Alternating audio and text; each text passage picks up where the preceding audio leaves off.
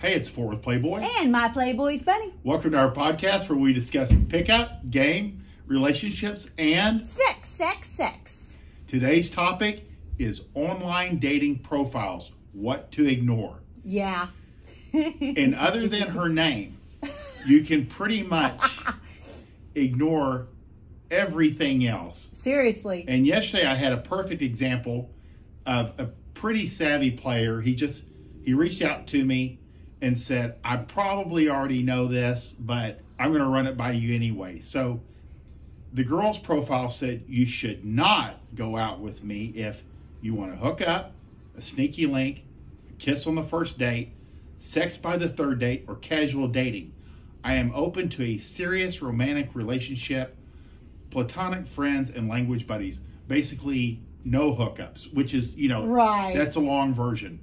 A very long version. And what I told him is that this is basically boilerplate anti-slut defense. Girls put this into their profiles in case their friends, family, co-workers, or beta men see their profile. Right. And that way it gives her like a cover. Like, oh, I'm not there for hookups. I'm only there for serious relationships only. Because co-workers might see it and they spread it around. Exactly. It's just a curiosity factor. So he goes, should I still contact her? And I'm like, of course, because you can ignore all of this. And he says, that's what I thought. But so then he gets into a conversation with her and he says, I like to lift, I like to lay out, I like to go to the beach. What part of Southern Cal are you in? And she says, well, I'm in La Puente, but before we talk any further, she says, know this, I am polyamorous. I have a husband and a boyfriend. I am looking for an additional third long-term boyfriend. What are you looking for? So basically she's... I was dying. Yeah, she's a swinger. And this is... I just have to convey that it's as perfect an example of... It really is. The girls might not always be a swinger with a husband and 3 or 4 boyfriends and, God knows what. Who knows? But she keeps it on a more casual... This is when they hit like the swinger level, it's a more, semi-pro level. Right. Whereas most girls just will have casual sex, even though they say... no hookups. I just crack up. This woman literally wrote a paragraph about no hookups, essentially, and it turns out she's polyamorous. I mean, it's just like... hooking up is part of her lifestyle. Literally part of her lifestyle. So that is what you can ignore. Well, and this is also a great example. I'm glad that we're using this as an example because... she truly does believe that, that she's just looking for a boyfriend to, kind of fill whatever gap is left in her time, and yet she actually believes that anything begins on a serious note. Like, relationships begin with a look, they begin with a lust, they begin with sex, they begin with drinks, but it's not like you're getting engaged on the first date. I mean, you have to start out casually. That's what I say. All relationships start out as casual sex. And girls are going to push back against that because they're going to say, I don't have to, but of course you do. Yeah. They'll have sex with 8 or 10 men before they find one that's like going to stick around. Right. Or that she even wants to stick around. Yeah. Quite often the girl's the one that'll like, I'm not interested in them after all. Right. After it's true. 4, 6, 8, 12 weeks, But that's casual. Yes.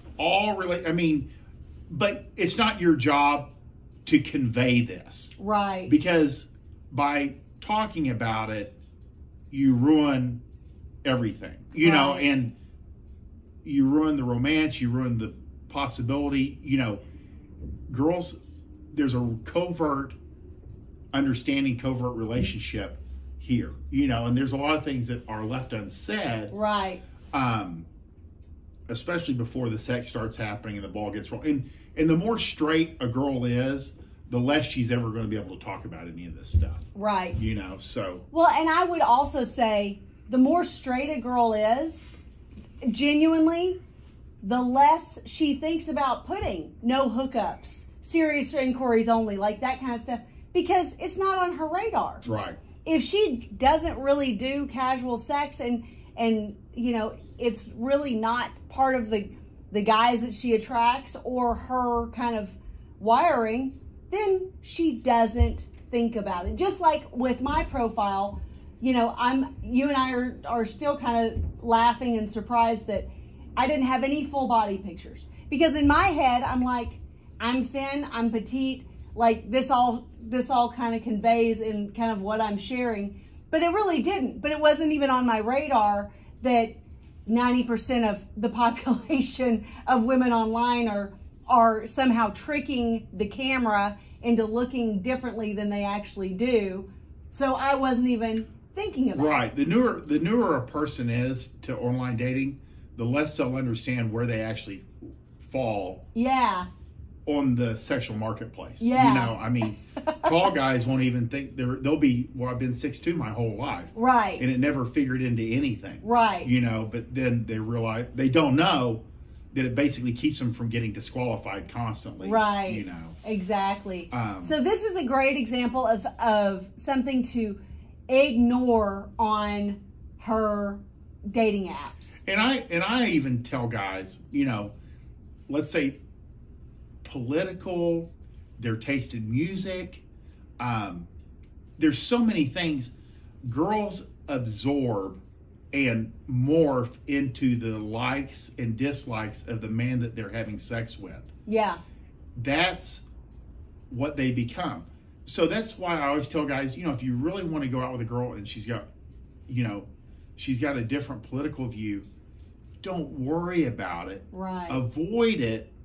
And in time, they'll tend to start getting on board with your views. Yeah. You know, I mean, there's going to be girls that you can't get around the weirdness, and that girl's not for you. But for a lot of them, their political views or their taste in music is simply left over from their last boyfriend. Sure. Or their ex-husband. Oh, exactly. How'd you get into heavy metal? Well, my husband was in a band. Exactly. And then when we first met, and then he had to get a job because he couldn't afford, and now he's a firefighter. Yeah. So 1000%. That's it. And that's how I got into heavy metal. Well, you listen to country, she'll be listening to country sooner or later. Right. You know, so that's real deal. So other than their name, which it may even be fake. Exactly. Their age could be fake. Yeah. The location where they are could be fake. Yeah. Just go with, again, when we always tell people, with online dating, you need a system. Yeah. You need an opener. You need a script of 4 or 5 questions. You need to get them off the app quickly and get into a meetup. The faster you can get in front of somebody, the more likely things are going to go well. Yeah. And the #1 book we have is Online Dating through Bunny. Yeah. You know, yeah. Well, that's how to set your profile up and then build your dating system helps take her from stranger to in your bed. Yeah.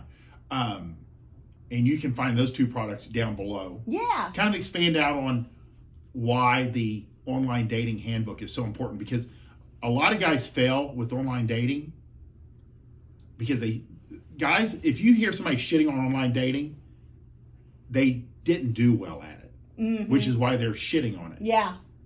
But it takes effort. And where would you say, you know, they need to learn? Well, I think the biggest thing that the biggest snafu, there's two big snafus that men do in online dating. And #1 is they don't realize how critical the pictures are. #2, they write their profile like they would read or want to read for their buddies, or they write their profile like it's a business document. Yeah. Because that's how you're used to writing. And that is not what wets pussies. Now, a girl's never going to read your profile if she can't get you past your pictures. So that's why it's number one. But number two is a very close second, because if she reads it, she's just going to scan it. And that's where it has to grab her attention. And so that's what the Magic Bullet Online Dating Profile Handbook will do for you. Yeah, 99% of things online, until you get her in front of you, is she's looking for reasons to disqualify you. And I'm not telling you that to neg you out, but the right pictures and the right profile will leave you looking as good as you can with as few disqualifiers as possible. Absolutely. You know, because that's all a girl's doing before she gets in front of you. Because once they get in front of you, they're at a disadvantage. Yeah. Girls are submissive when they get around you. Your charisma, your presence, your personality, you know, just carries more weight. Absolutely. Than hers. So that's the real deal.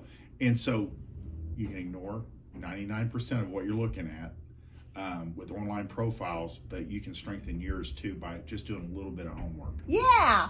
If you like this podcast, please like, subscribe, share with your friends. If you have stories of things that you have had to have laughed at after the fact, after hooking up or meeting up with some girl from online, and then everything is essentially the exact opposite of what she said in her profile, or if you have stories of, you know, you making big positive changes in your profile, either from my book or elsewhere, just from, you know, kind of picking up what works and what doesn't, and you've had better luck because you made changes, please share those in the comments. We love to hear these. If you've got somebody who is new on the dating market, somebody who just got his ass handed to him in a divorce and he just needs to shake the dust off and find some hot girls to date, share this podcast with him, because he will be able to cull out so much better prospects just by knowing what to pay attention to and what to ignore. So we thank you for your time. We know your time is valuable. In all things, we want you to win. Bye.